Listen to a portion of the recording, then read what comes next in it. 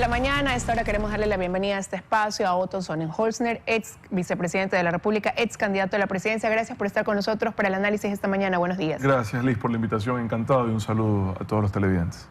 Bueno, han pasado más de 40 horas ya aproximadamente desde que el país fue testigo de lo que no imaginamos ver y que el gobierno ha calificado de actos terroristas, definitivamente ya clasificando a 22 grupos dedicados al terrorismo acá en el país. Ayer las Fuerzas Armadas daban un primer balance de los operativos, decían 329 detenidos, 5 abatidos,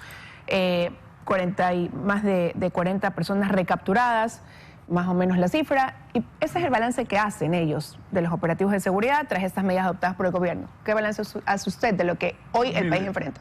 Lo primero, y lo digo nuevamente, creo que la decisión de declarar el estado de conflicto interno fue valiente, importante, necesaria. Y es un inicio que es un buen comienzo, es un buen paso adelante, pero esto recién empieza, Liz. El día de ayer la acción de la fuerza pública fue contundente, pero de aquí en adelante necesitamos encontrar una forma de que la paz sea permanente, sea constante. No es la primera vez que una acción de la fuerza pública logra retroceder o envía a los delincuentes a sus guaridas de vuelta, si se quiere. Se necesitan ya acciones permanentes contundentes y ese es el proceso que tiene que liderar el presidente de la mano de quienes comandan la fuerza pública. Quería hacer un paréntesis, Liz, para, como ciudadano, agradecer a Teleamazonas por el trabajo que hicieron el día de antes de ayer, si no me equivoco. El martes. Mire, en estas circunstancias, la comunicación es clave y los grupos terroristas, se lo digo por experiencias como las de octubre del 2019, donde ustedes directamente como canal fueron víctimas de actos de terrorismo más graves, inclusive incendiando el edificio, poniendo en riesgo la vida y la seguridad de los periodistas de ese canal. La comunicación es clave. Y la comunicación ya no la puede controlar ningún gobierno. Por decreto, el presidente podría, en estado de excepción, más aún en estado de conflicto interno, regular la comunicación formal, los canales, los medios de comunicación. Rafael Correa, el expresidente Correa, fue el único que lo ha hecho en el 30S.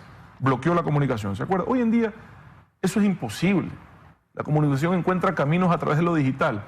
Y tener un espacio de periodismo formal, serio, responsable, en medio de una crisis, vale oro, porque los ciudadanos necesitan esa comunicación. Así que, nuevamente, felicito la valentía y el profesionalismo. Y me parece que hay que comprender mejor el ecosistema comunicacional para manejar la comunicación durante una crisis. Y los ciudadanos tenemos la responsabilidad, así como la debimos haber tenido en pandemia y no ocurrió, de no difundir noticias falsas, de no exacerbar esta sensación de incertidumbre, de ser más responsables en el manejo de los contenidos que compartimos. Porque desgraciadamente está en nuestras manos también marcar la diferencia en materia de estabilizar la situación. Le agradezco esas palabras. Efectivamente lo que hizo Teleamazonas fue informar tal y como estaba en el momento exacto sobre lo que estaba ocurriendo en el país. Pero usted ha hecho y ha traído a colación los hechos del 2019, donde dijo hubo actos terroristas también. En ese momento se cuestionó la falta de inteligencia. Ahora, lo que vimos el martes, no solamente el ingreso de los encapuchados a TC Televisión, sino una serie de hechos sistemáticos al mismo tiempo, quizás con mayor prevalecencia en Guayaquil, en Esmeraldas, coches bombas, personas que salieron, no eran balas perdidas, sino a matar a otros. Aquí en la Avenida del Bombero asesinaron a un joven, hirieron a otro, guardias de seguridad de centros comerciales, todo en el mismo momento. ¿Qué falló también? ¿Por qué no se pudo anticipar? Tres cosas ahí, Liz. Primero, hice unas declaraciones ese día que medio las han sacado de contexto, pero las quiero especificar. Existen situaciones como las que se vivieron en algunos lugares el día martes, como la que usted relata en la Avenida del Bombero, en donde a mansalva, quemarropa, delincuentes dispararon a ciudadanos que iban a recoger a sus hijos al colegio, dispararon a quemarropa. En esas circunstancias no cabe capturar sino abatir, en esas circunstancias. Y es la fuerza pública la que tiene que tomar esas decisiones. Y es el Estado, las fuerzas políticas, los gobiernos, que tiene que respaldar esas decisiones para que los miembros de la fuerza pública se sientan seguros de actuar en el uso progresivo de la fuerza sin temer a las consecuencias judiciales que terminan siendo un viacrucis para ellos. Déjeme atar las ideas. Permítame hablar de octubre del 2019. A veces tenemos la memoria corta. En octubre del 2019 incendiaron la Contraloría, se tomaron e incendiaron un canal de televisión, donde estamos, destruyeron ambulancias, bloquearon el paso de medicinas a los hospitales, dejaron sin agua ciudades enteras por semanas, poniendo en riesgo la salud y la vida de decenas de ciudadanos. Es decir, existieron actos organizados, orquestados de terrorismo, los cuales la fuerza pública salió a enfrentar con aciertos y con errores, ¿ya? Hasta el día de hoy, más de 100 uniformados no recibieron las amnistías que sí les dieron a quienes cometieron esos actos y siguen lidiando con problemas judiciales. Señores asambleístas, ustedes han ofrecido respaldar a la fuerza pública. Empiecen por corregir lo que se hizo mal en el pasado. Revisen con urgencia ese informe y denles el respaldo a esos 100 uniformados que salieron a hacer su trabajo, que fueron víctimas de secuestro, fueron víctimas de violencia sexual, mujeres policías, y siguen lidiando con problemas judiciales. Inteligencia es una de las ventajas que debe de tener el Estado sobre la delincuencia. Nosotros como Estado, el Ecuador, como país, tiene acceso a tecnología exclusiva de monitoreo de telecomunicaciones, de rastreo de señales, que nos debe de permitir estar 3 pasos adelante de los delincuentes y prevenir los hechos. Esta guerra contra el crimen organizado, contra estos terroristas, solo se libra con éxito, solo se gana con éxito si se hace el trabajo de inteligencia que corresponde. Y eso no es solo tener el liderazgo y la claridad que se necesita, sino también los recursos. Hay que invertir en inteligencia, no solo para prevenir, sino también para controlar a través de la información financiera la penetración del crimen organizado en las instituciones del Estado. El caso Metástasis para mí es la punta del iceberg y solo ve en ese caso cómo han comprado jueces, fiscales, guías penitenciarios, generales, cómo han penetrado en organizaciones políticas. Pero ahora el presidente Noboa dice que los jueces y fiscales que fallen o que se pongan del lado de los terroristas serán calificados también de la misma manera. Pero es que aquí hay jueces y fiscales que tienen un accionar completamente injustificado. Hay personas que han dejado libres a estos delincuentes en más de una ocasión sin ninguna argumentación legal válida. Y creo que no se equivoca en poner su objetivo en que la justicia haga bien su trabajo. Pero para podemos discutir un tema de formas. Para muchos ahí está la duda, porque ahora, claro, con el decreto 111, con el decreto 111, las Fuerzas Armadas deben neutralizar a estos grupos terroristas y a estos actos terroristas, pero necesitan el respaldo de otras instituciones del Estado. Ahora, más allá de eso, que es importante, detectar la infiltración del crimen organizado en el sistema judicial y en la institucionalidad del Estado en su totalidad, también hay que entender que existen jueces y fiscales valientes, porque los hay, que están librando una lucha en desventaja, poniendo en riesgo su vida y la de sus familias. En campaña yo planteé una idea, que ojalá la tomen porque no es mía, o al menos no es para mí, es para el Ecuador.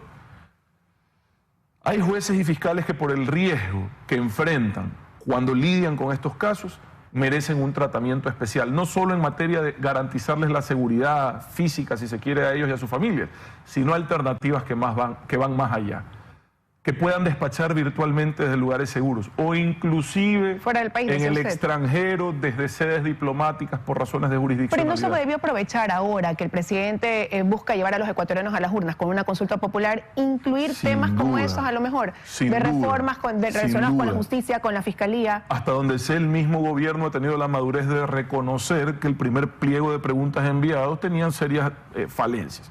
Y entiendo que han enviado un segundo que al menos... Todavía no es oficial, entiendo, pero al menos a simple vista. Ya ayer se dio a conocer que los han presentado en la Corte Constitucional. Se ve mucho mejor. Se pueden incluir más cosas como estas, sin duda, seguramente hay muchas. Pero ¿sabe qué, Liz? Más importante que eso.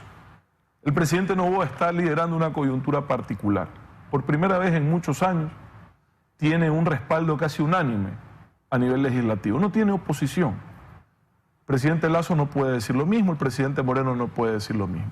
Que aproveche esa circunstancia, esa coyuntura, para impulsar este tipo de cambios sin necesidad de consulta. Pero del primer pliego de preguntas, muchas requerían reformas y pasar por la Asamblea. Parecería que él no confía tanto en ese respaldo, porque va a buscar el respaldo ciudadano en ese sentido. Que lo ponga a prueba. ¿Ya? En el primer pliego de preguntas, todo lo que preguntaba regresaba a la Asamblea para ser legislado. En mi opinión, el camino en estas circunstancias, por la necesidad de ir con sentido de urgencia, es probar el camino legislativo primero, con metas claras, con plazos firmes, que el mismo presidente, con el liderazgo que tiene en este momento, los imponga, los marque, y si la Asamblea no cumple, que legisle la ciudadanía, ya con los textos escritos, como corresponde, para que luego de la consulta vaya directo al registro oficial.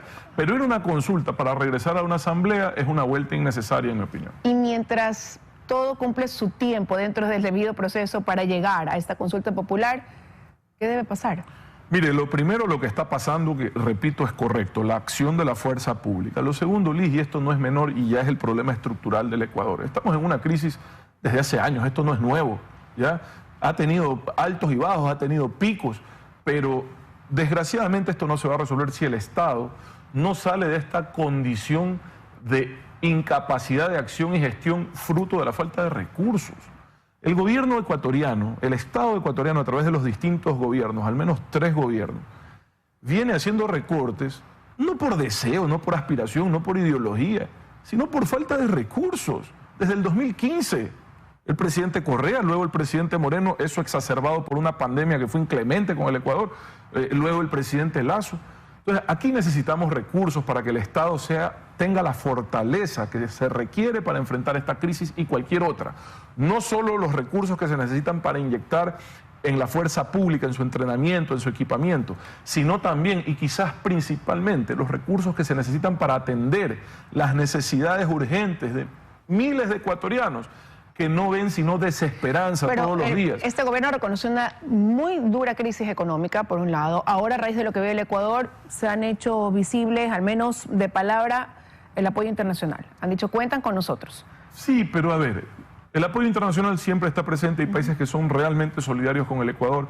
Hay asesorías en materia de seguridad que urgen en inteligencia, en capacitación, en enfrentamiento con grupos armados a nivel urbano, porque estas son, al final del día, se terminan convirtiendo en guerrillas urbanas como las de las favelas en Brasil.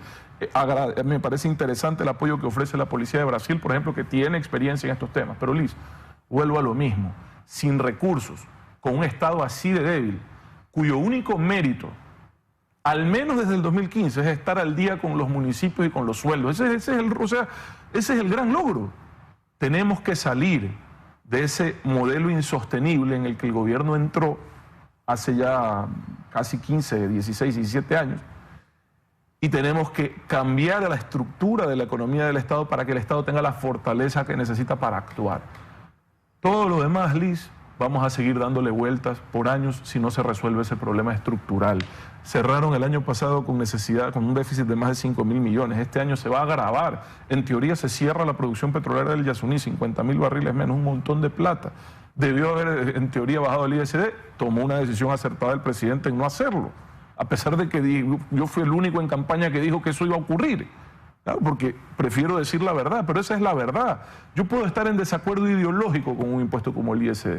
Pero cuando tienes que pagar las cuentas del Estado no puedes prescindir de 800, de 1.000 millones de dólares, no puedes. Entonces se necesitan recursos para reactivar la economía, para que crezca, para incentivar el desarrollo en los lugares más abandonados del Ecuador. Coja un mapa del Ecuador. Son dos mundos en el mismo país.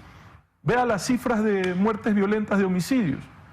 En la sierra y en gran parte de la Amazonía, a pesar de que hay una crisis sin duda, las cifras son 5 o 6 veces menores que en la costa. Son muy distintas. En Esmeraldas pasa de 80 muertes violentas, creo que 100 el año pasado ya, por cada 100.000 habitantes. Guayas, El Oro, Los Ríos, casi 50. Manabí, Santa Elena, más de 30. Claro, hay provincias en donde siguen en 5, 6, 7. Enhorabuena, eso hay que contenerlo y mantenerlo. Pero tenemos que atender con prioridad las provincias, las ciudades, los cantones en donde está focalizada la violencia, la pobreza, la inequidad. Y para eso hace falta unos recursos que no hay. Hoy el presidente tiene la oportunidad, con el liderazgo que ha logrado construir en este poco tiempo, de implementar esas políticas, Liz.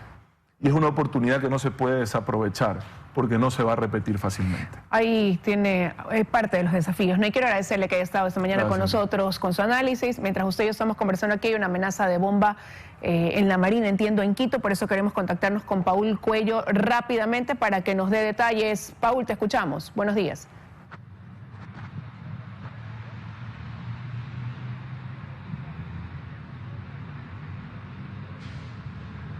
Paul, estamos contigo. Gracias, ¿qué tal? Así es, efectivamente nos encontramos aquí en el playón de la Marín para comentarles un poco ¿Cuál es el ambiente que se registra en estos momentos? Hace pocos minutos la Policía Nacional confirmó que se trata de un atentado o más bien una amenaza de bomba.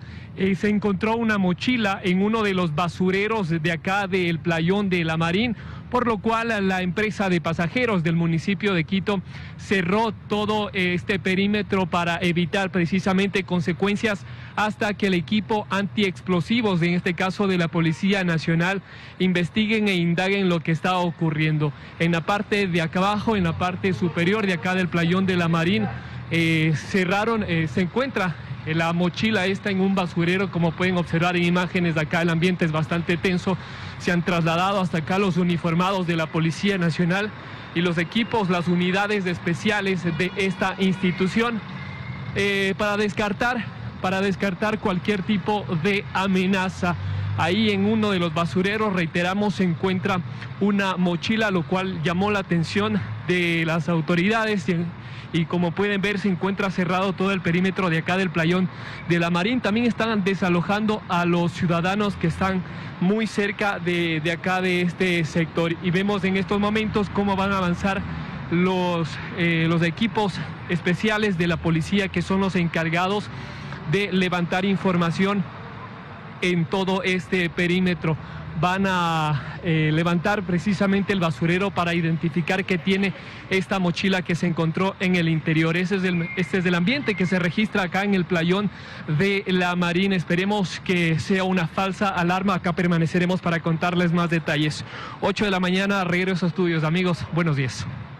Gracias, Paul. Quedamos atentos entonces a lo que se dé a conocer tras el hallazgo de esta mochila. Con esto de aquí, amigos, nos estamos despidiendo. Ya vienen las noticias de la comunidad. Buenos días.